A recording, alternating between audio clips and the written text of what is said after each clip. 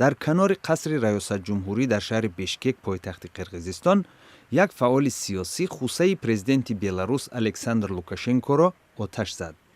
آندروش توختاناسیروف چند دفعه بر ضد پرزیدنت بلاروس که به سابق رئیس جمهور قرقیزستان قورمانبک باقیف پناهگاه داده است، اعتراضهای انفرادی تشکیل کرده است. سال 2010 در پی اعتراضهای ضد حکومتی باقیف به بلاروس فرار کرد. بلاروس درخواست استرداد باقیف را که در قرقیزستان در ارتباط با کشتار اعتراضگران مورد پیگرد قرار دارد، رد کرده است. در پایتخت افغانستان شهر کابل، منصبداران افغان اظهار نمودند که مذاکرات 4 کشور در مسئله بنیاد خط انتقال برق کس-1000 پیشرفتی نظررس حاصل شده است.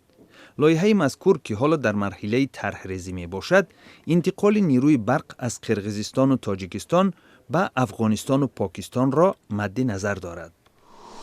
در شهر پیشاور پاکستان آمادگی به جشنواره 3 روزه در نزد آرامگاه شاعر صوفی رحمان بابا جریان دارد.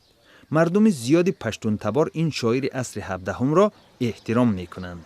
صرف نظر از تهدیدهای جنگجویان، جشنواره ادبیات و موسیقی هفته روان آغاز خواهد یافت.